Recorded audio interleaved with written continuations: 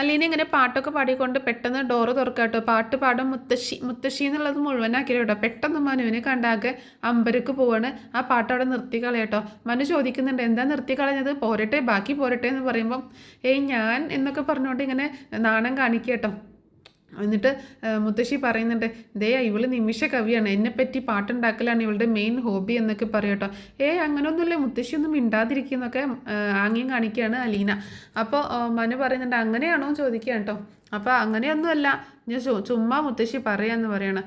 അപ്പോൾ ഞാൻ അറിഞ്ഞില്ല മനുവേട്ടനെ ഇവിടെ ഉള്ളത്, ഞാൻ അറിഞ്ഞില്ല എന്ന് അലീന പറയണേ. അപ്പോൾ എന്നിട്ട് ആ ബക്കറ്റും ഇട്ട് അവിടെ പോയിട്ട് അലക്കാനുള്ള ഡ്രസ്സൊക്കെ എടുക്കുകയാണ്. ആ സമയത്ത് മനു പറയുന്നുണ്ട് ഞാൻ പോയി ആൻറ്റി ഒന്ന് കാണട്ടെ എന്ന് പറഞ്ഞിട്ട് മനു അങ്ങോട്ടേക്ക് പോവുകയാണ്. അപ്പോൾ അലീന പറയുന്നുണ്ട് എന്ത് വിചാരിച്ച് കാണുമാവോ, ഞാൻ അറിഞ്ഞില്ല മനുവേട്ടൻ ഇവിടെ ഉള്ളതെന്ന് പറയുമ്പോൾ മുത്തശ്ശി പറയുന്നുണ്ട് അവൻ എന്ത് വിചാരിക്കാൻ, അവനൊന്നും വിചാരിക്കത്തില്ല എന്ന് പറയാട്ടോ മുത്തശ്ശി. പിന്നീട് മനു ആൻറ്റീന്ന് വിളിച്ചുകൊണ്ട് ഹോളിലേക്ക് വരിക കേട്ടോ. ആ ദാടാ വരുന്നു എന്ന് പറഞ്ഞുകൊണ്ട് വൈജയന്തി പറയാട്ടോ. അങ്ങനെ വൈജയന്തി വരിക, നീ ഇതിനിടയ്ക്ക് എങ്ങോട്ടേക്ക് പോയി എന്ന് ചോദിക്കണേ. ഞാൻ മുത്തശ്ശിയെ കാണാനായിട്ട് പോയിട്ട്, നീ വല്ലതും കഴിച്ചോ, ഇല്ല എന്നാൽ വാ കഴിക്കാം എന്ന് പറഞ്ഞുകൊണ്ട് രണ്ടുപേരും കഴിക്കാനായിട്ട് കൈയൊക്കെ കഴുകിയിട്ട് വന്നിരിക്കുക കേട്ടോ.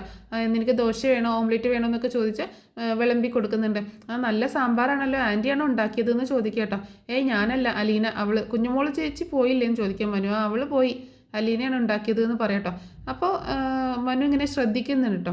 ആദ്യം നല്ല ഫുഡാണല്ലോ എന്ന് പറഞ്ഞപ്പോൾ വൈജയന്തിയുടെ എക്സ്പ്രഷൻ നോക്കുന്നുണ്ടായിരുന്നു. അതുപോലെ പിന്നെ മനു കുറ്റം പറയട്ടോ, കറി അത്ര പോരാ, സാമ്പാർ അത്ര പോരാ, എന്തോ ഒരു കുഴപ്പമുണ്ട് എന്നൊക്കെ പറയട്ടോ. അപ്പം വൈജയന്തി പറയുന്നുണ്ട് നീ ഫുഡിനെ കുറ്റമൊന്നും പറയണ്ട, അതൊക്കെ അവൾ നന്നായിട്ട് തന്നെയാണ് ചെയ്യുന്നത്, കുഴപ്പമൊന്നുമില്ല എന്ന് പറയട്ടോ. അപ്പോൾ മനു ചോദിക്കുന്നുണ്ട് അവൾ ഒരു പ്രശ്നക്കാരിയാണല്ലേ ആൻറ്റി എന്ന് ചോദിക്കട്ടോ. എന്നാൽ ആര് പറഞ്ഞു എന്ന് ചോദിക്കണേ. മുത്തശ്ശി പറഞ്ഞു അവൾ തൊട്ടതിനും പിടിച്ചതിനുമൊക്കെ കരയും, ആർഗ്യൂ ചെയ്യും, അങ്ങനെയൊക്കെ പറയട്ടോ. അതൊന്നുമല്ല പ്രശ്നം. കാണാൻ കൊള്ളാവുന്ന പെണ്ണിനെ വീട്ടിൽ ജോലിക്ക് നിർത്തിക്കഴിഞ്ഞാൽ ബാക്കിയുള്ളവർക്ക് തലവേദനയാണ് എന്ന് പറയട്ടോ. അതിന് അവളെ കാണാൻ അത്രക്ക് കൊള്ളാവോ, അത്രയൊന്നും സുന്ദരിയല്ലല്ലോ എന്ന് ചോദിക്കുകയാണ്. പിന്നെ സുന്ദരിയല്ലേ, പിന്നെ ബബിതയുടെ അത്രയൊന്നും സുന്ദരിയൊന്നുമില്ല, ബബിതയുടെയും കൃഷ്ണജയുടെയും ഒന്നും അത്ര വരില്ല എന്ന് പറയട്ടോ മനു. നീ ഒന്ന് പോടാ, എൻ്റെ കണ്ണിന് യാതൊരു കുറവുമില്ല, കാഴ്ചയ്ക്കൊന്നും ഒരു കുഴപ്പമില്ല കേട്ടോ. എന്നിട്ട് പറയുന്നുണ്ട് എന്നാളേ ഒരു ദിവസം ഒരാൾ വന്നപ്പോൾ, ഈ വീട്ടിലുള്ളതാണെന്ന് ആർക്കാണെങ്കിലും തോന്നുള്ളൂ, ഒരാൾ വന്നപ്പോൾ എന്നോട് ചോദിക്കാം ഇത് നിൻ്റെ മോളാണോ എന്ന്. എൻ്റെ മോളാണോ എന്ന് ചോദിച്ചു, എൻ്റെ തൊലി എരിഞ്ഞു പോയി എന്ന് പറയട്ടോ. ഇത് കേട്ട് പെട്ടെന്ന് അവിടെ സ്റ്റെക്കായി പോവാണ് അലീന. ചായയും കൊണ്ട് വരുന്ന അലീന അവിടെ സ്റ്റെക്കായി നിൽക്കുക കേട്ടോ. അപ്പം മനു അങ്ങോട്ടേക്ക് നോക്കുന്നത് കണ്ടിട്ട് വൈജയന്തിയും അങ്ങോട്ടേക്ക് നോക്കുക കേട്ടോ. നീ എന്താ അവിടെ തന്നെ നിന്ന് കളഞ്ഞത്, ചായ കൊണ്ടുവന്ന് വെക്കുമെന്ന് പറയണേ. പെട്ടെന്ന് അലീന ചായ കൊണ്ടുവന്ന് വെക്കുകയാണേ. എന്നിട്ട് അപ്പം മനു ചായ എടുത്ത് കുടിച്ചു നോക്കിയിട്ട് ഇത് എന്ത് ചായ എന്ന് ചോദിക്കുകയാണ് അലീനയോട്.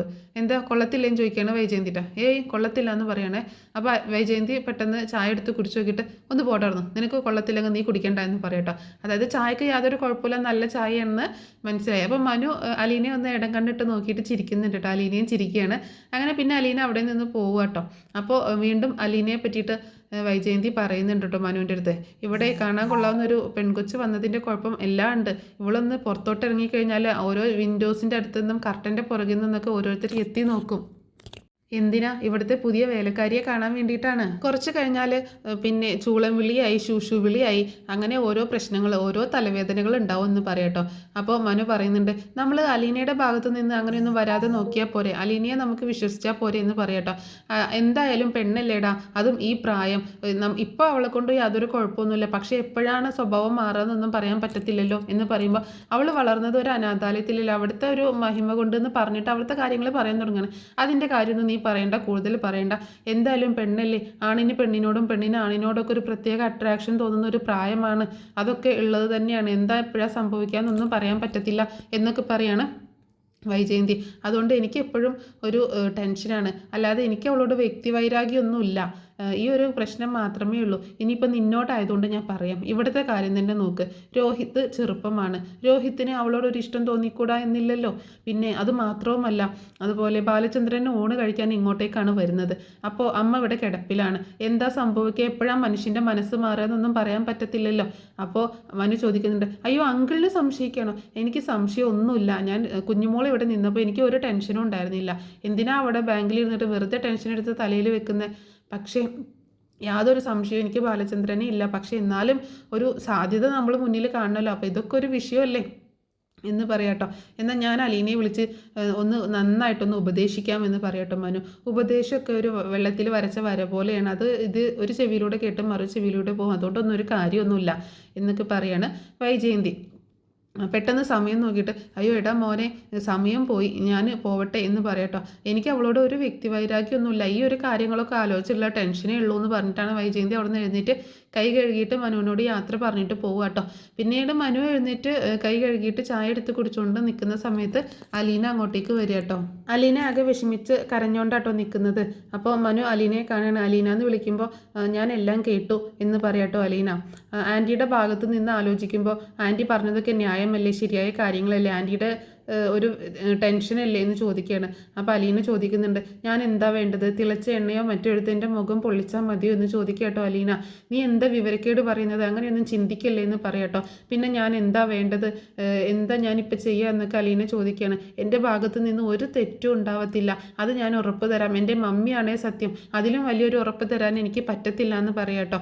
എനിക്ക് അറിയില്ല എന്ന് പറയണം അലീന.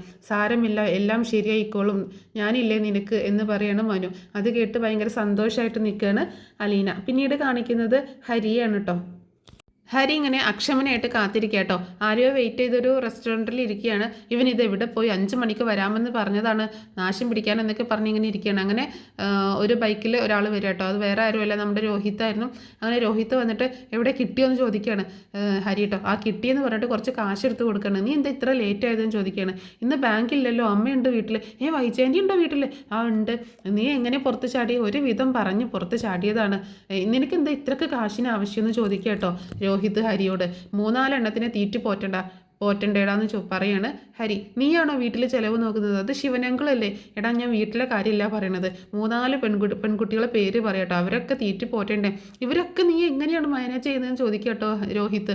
അതൊക്കെ ഓരോന്നിനും ഓരോ ടൈമുണ്ട്, ടൈമിങ് വെച്ചിട്ടാണ് ഞാൻ ചെയ്യുന്നത് എന്ന് പറയണേ. പിന്നെ അതൊക്കെ പോട്ടെ, നിൻ്റെ കാര്യം എന്തായി, നീ അവളെ സെറ്റാക്കിയെന്ന് ചോദിക്കുകയാണ്.